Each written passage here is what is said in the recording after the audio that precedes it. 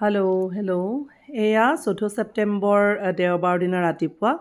ঠিক খৰধৰকৈ পুৱা 9 মান বজাতে ওলাই গৈ পেলাই এঘণ্টামান গৈ আমি অৱশেষত এয়া 10 স্পৰ্টছ ভিলেজ গৈ পেলাই পালোগৈ য'ত নেকি এখন ধুনীয়া আহল বহল সেউজীয়া পথাৰ খেলপথাৰ তাতে কৰম ফেষ্টিভেল কৰম পূজাৰ আয়োজন কৰিছে আসাম বয়জ কনভেনশ্যন তেওঁলোকৰ ছ'চাইটিয়ে আমাৰ অসম এছ'চিয়েশ্যন চেন্নাইক কৰম পূজা উপলক্ষে নিমন্ত্ৰণ জনাইছিলে আৰু আমিও সেই নিমন্ত্ৰণ ৰক্ষা কৰি গৈ পেলাই পাইছোঁগৈ আৰু গেটৰ সন্মুখতে মানে ৰেজিষ্ট্ৰেশ্যন চলি আছে আহকচোন যাওঁ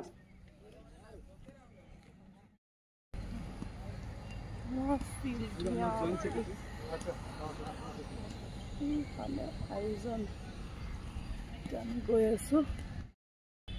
তেওঁলোকৰ আচলতে আগবেলা ভাগতে পূজা আছে আমি পূজালৈ আহিছোঁ তাৰপিছত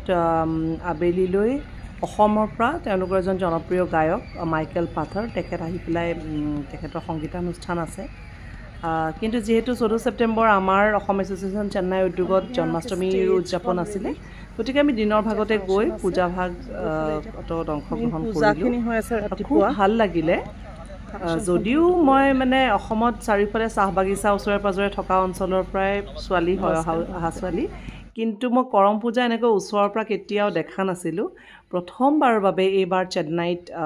আসাম বয়জ কনভেনশ্যনে আয়োজন কৰা কৰম পূজাত অংশগ্ৰহণ কৰিলোঁ আৰু গোটেইবিলাক খুব ওচৰৰ পৰা দেখি পেলাই খুব ভাল লাগিলে এয়া পুৱাৰ ভাগত তেওঁলোকে আয়োজন চলাই আছে আৰু চাওঁ আহকচোন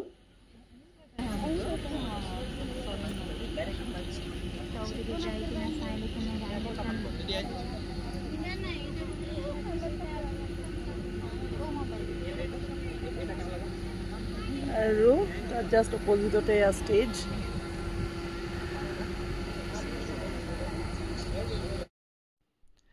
আমি অসম এছ'চিয়েশ্যন চেন্নাইৰ পৰা আমি গৈছিলোঁ আমাৰ 4জন সদস্য আমাৰ সভাপতি গৌতম দেউৰী দাদা আমাৰ সাধাৰণ সম্পাদক বৃন্দাবন বৰদলৈ লগতে অঞ্জুবা আৰু মই এয়া এফালে তেওঁলোকে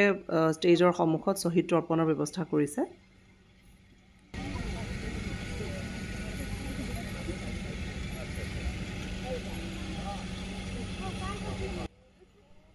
এখন মানে বহুত ডাঙৰ ফিল্ড আচলতে মানুহবিলাক ঠিক লাহে লাহে অলপকৈ আহিবলৈ আৰম্ভ কৰিছেহে চাৰিওফালে সেউজীয়াই আৱৰা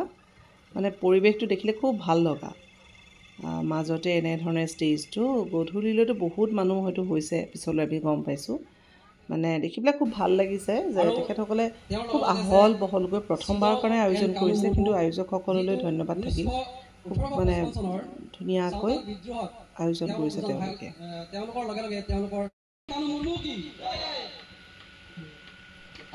তাৰ পাছত ফিল্ডৰ মূৰৰ পৰা গৌতম দাইয়া চাওকচোন কি আনি দিছে একদম বহুত দিনৰ মূৰত বস্তু খালোঁ দেই তৃপ্তিৰে আৰু তাৰ লগে লগে এয়া তেওঁলোকৰ কৰম পূজাৰ নিয়ম আৰম্ভ হৈ গৈছে তেওঁলোকে আহকচোন কেনেদৰে প্ৰকৃতি পূজা কৰিব আমি চাম ইমান ধুনীয়া লাগিছে গ্ৰীণ বেকগ্ৰাউণ্ডত ৰঙা বগা কাপোৰবোৰ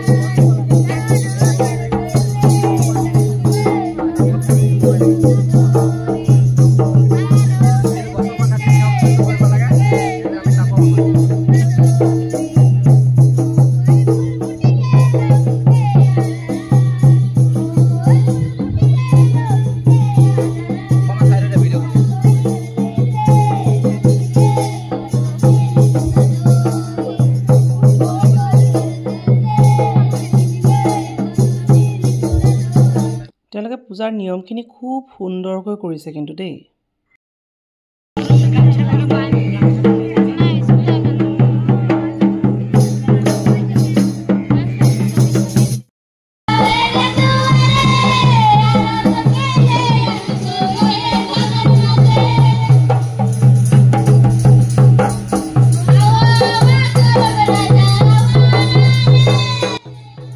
এই যে খুব শ্ৰদ্ধা ভক্তিৰে যিমান পাৰে সিমান সুন্দৰকৈ নিজৰ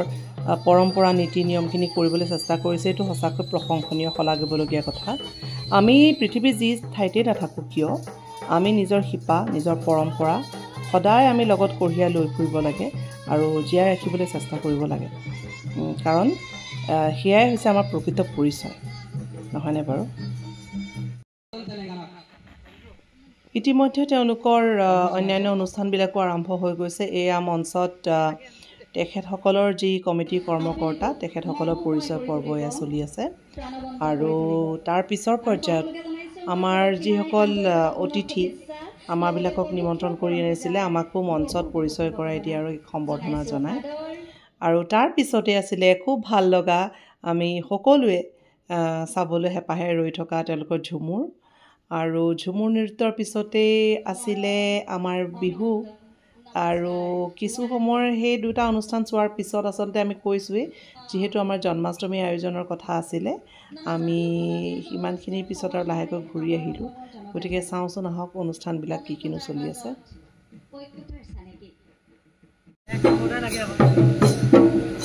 Thank you.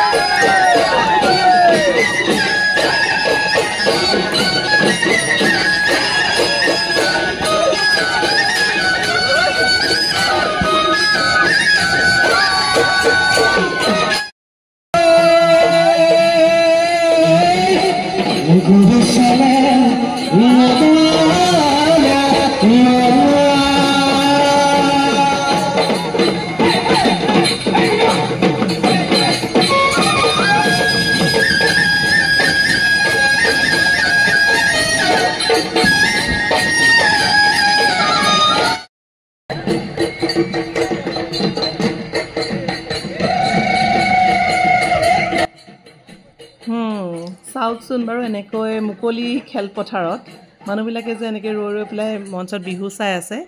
সেই তাহানি যে আমি আগতে অসমত থাকোঁতে বিহু সন্মিলনবিলাকত এনেদৰে বিহু চাই ফুৰিছিলোঁ, সেই কথা, সেই নষ্টালজিয়া মনলৈ আহি গ'ল।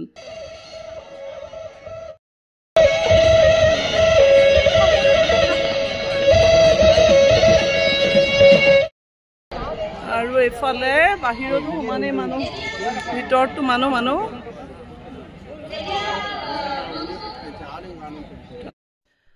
আৰু শেষত সঁচাকৈ এটা খুব ভাল লগা অভিজ্ঞতা স্মৃতি বুকুত বান্ধি প্ৰথমবাৰ কাৰণে আমি অসম এছ'চিয়েশ্যন চেন্নাইৰ পৰা যিকেইজন গৈছিলোঁ প্ৰথমবাৰৰ কাৰণে আমাৰ এই কৰম পূজাৰ অভিজ্ঞতা হ'ল এটা নতুন অভিজ্ঞতা খুব ভাল লগা অভিজ্ঞতাৰ স্মৃতি বুকুত বান্ধি আমি এয়া ঘৰমুৱা হৈছোঁ আৰু কৰ্মকৰ্তাসকললৈ আছাম বইজ কনভেনশ্যনলৈ আমাৰ সকলোৰে তৰফৰ পৰা অফুৰন্ত শুভকামনা